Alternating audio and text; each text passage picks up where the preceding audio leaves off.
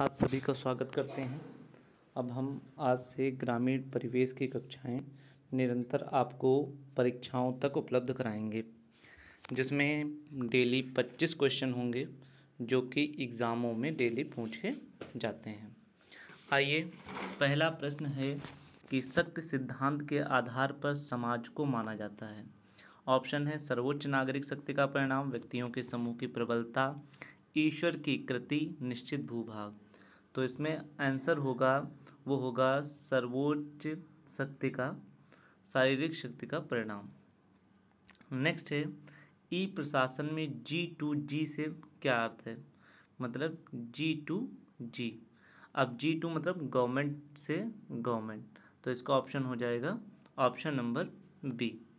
Next है ग्रामीण शोध में एकल अध्ययन पद्धति का प्रयोग सर्वप्रथम किसने किया। तो आंसर हो जाएगा किसने किया, तो स्पेंसर ने किया। नेक्स्ट है भारत में ग्रामीण विकास एवं पंचायती राज समिति GV राव समिति का संबंध किससे है। तो GV राव जो थे वो ग्रामीण विकास एवं गरीबी उन्मूलन कार्यक्रम से संबंधित थे। अगला है आपके सामने कि फॉर्सन ने सामाजिक संरचना को कितने मुख्य अवयवों में बांधा है। तो आंसर है, आपसे पूछा जाए तो आप कहेंगे मूल रूप से 8 भागों में बांटा है। नेक्स्ट है कि 80 गट्ठा कितने फर्लांग के बराबर होता है। तो पहली बात हमें यही मालूम होना चाहिए कि एक गट्ठा कितने बराबर होता है, तो और ये मालूम हो जाएगा, और ये मालूम होना चाहिए, और एक फरलांग बराबर जो होता है वो 80 गट्ठा ही होता है। तो ऑप्शन नंबर इसका बी हो जाएगा। इसके बाद क्वेश्चन नंबर 7 जो है, मध्यम जोत का आकार कितना होता है।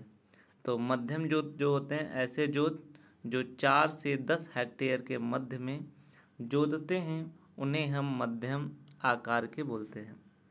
अगला है कृषि सेवा केंद्र नामक योजना किस पंचवर्षीय योजना के कार्यक्रम में प्रारंभ की गई थी। तो कृषि सेवा केंद्र चतुर्थ पंचवर्षीय योजना में प्रारंभ हुई। अगला है ओल्वी कल्चर का तात्पर्य किससे है। तो ओल्वी कल्चर का तात्पर्य आपसे क्वेश्चन पूछा जाए तो ऑप्शन हो जाएगा जैतून की कृषि से संबंधित होता है। 73वें संविधान संशोधन में पंचायती राज संस्थाओं के लिए किस प्रकार के चुनाव का प्रावधान किया गया। तो इसमें हुआ प्रत्यक्ष एवं गुप्त मतदान। तो आंसर इसका हो जाएगा प्रत्यक्ष एवं गुप्त मतदान, answer number B. Deendayal Antyodaya Yojana का शुभारंभ कब किया गया। तो इसका आंसर होगा 25 सितंबर 2014 को किया गया। अब इसमें 25 दिसंबर 2015 भी ऑप्शन है, तो ये गलत है, क्योंकि उस दिन अटल जी का जन्मदिन होता है, तो उससे संबंधित किया जाता है। नेक्स्ट है क्वेश्चन नंबर 12, पंचायती स्तर पर राज्य सरकार का प्रतिनिधित्व कौन करता है। तो वहाँ पर राज्य सरकार का प्रतिनिधित्व ग्राम प्रधान करता है। भारतीय चारागाह एवं चारा अनुसंधान कहाँ स्थित है। तो इसमें पहले से ही हाईलाइटेड है, तो आंसर है बी कि भारतीय चारागाह एवं चारा अनुसंधान संस्थान स्थित है। अगला है पंचायती राज संस्थाओं का उच्चतम स्तर पर कौन है। तो ये सबसे प्रथम इकाई होती है, और ये दूसरे नंबर पर होती है, ये तीसरे पर होती है। तो पूछा जाए तो टॉप पर कौन होगी, जिला होगी, और जिला से नीचे क्षेत्र होगा, और क्षेत्र से नीचे ग्राम होगा। तो सबसे शीर्ष ये हो गया, सबसे निम्न ग्राम हो गया। नेक्स्ट है कि भारत में ग्रामीण स्वास्थ्य से संबंधित समिति मुखर्जी समिति का संबंध किससे है।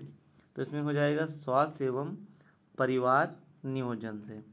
एक चेन लाइन में 45 डिग्री पर एक ऑफसेट करने का उपयोगी जो उपकरण है, तो वो क्या होता है, तो होता है फ्रेंच क्रॉस स्टाफ होता है। नेक्स्ट है सफ़ेद पीठ वाला फुदका रोग, जो सफ़ेद दाग होता है, बोला जाता है कि सफ़ेद लग गया है, तो वो किस फसल में लगता है? तो उसका आंसर हो जाएगा धान की फसल में। उत्तर प्रदेश में ई डिस्ट्रिक्ट परियोजना किस वर्ष शुरू हुई? तो उत्तर प्रदेश में ई डिस्ट्रिक्ट की योजना सन 2009 से हुई और उस समय जिस जिलाधिकारी के द्वारा किया गया वो उत्तर प्रदेश के सीतापुर जनपद का डीएम के द्वारा प्रारंभ किया गया। संविधान में पंचायतों की आर्थिक स्थिति को मजबूत करने के लिए संस्था कौन है? तो पंचायत के लिए जो समिति है वो मुख्यतः रूप से राज्य का वित्त आयोग धन देता है। थारू जनजाति के बच्चों को शिक्षा प्रदान करने के लिए उत्तर प्रदेश के किस जनपद में एक महाविद्यालय डिग्री कॉलेज की स्थापना की गई है? तो थारू जनजाति लखीमपुर वाले क्षेत्रों में पाई जाती है, तो यहीं पर किया गया है। नेक्स्ट है क्वेश्चन नंबर 21। जनगणना 2011 के अनुसार प्रदेश के किस जनपद में सबसे कम महिला साक्षरता है? तो उत्तर प्रदेश में सबसे कम महिला साक्षरता मुख्य रूप से रामपुर में है और इस प्रकार से इसका आंसर नंबर बी होगा। नेक्स्ट है कि कार्तिक गीत का संबंध उत्तर प्रदेश के किस क्षेत्र से है? तो कार्तिक गीत कहाँ पर गाया जाता है? तो इसका ऑप्शन होगा, जो आप लोग भी लगाइएगा, तो इसका ऑप्शन होगा बुंदेलखंड में। कहाँ होगा? बुंदेलखंड। नेक्स्ट है किस व्यवस्था में भूमि पर ग्राम समुदाय का संयुक्त स्वामित्व होता है? तो इसके ऑप्शन नीचे दिए हो गए हैं, तो आंसर है महलवाड़ी, जो उत्तर प्रदेश में लागू हुई थी। निम्नलिखित में किस उपकरण का प्रयोग भूमापन में नहीं किया जाता है? तो भूमापन में अगर आपसे पूछा जाए तो जरीब भी किया जाता है, कंपास भी किया जाता है और वर्नियर, पर पायरोमीटर का प्रयोग नहीं किया जाता है।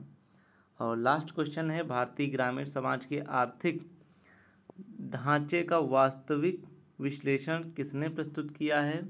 तो इसका ऑप्शन हो जाएगा मेवो वोई। ये हमारे 25 इम्पॉर्टेंट ग्रामीण परिवेश थे। अब आगे और भी क्वेश्चन मिलते रहेंगे। Thank you.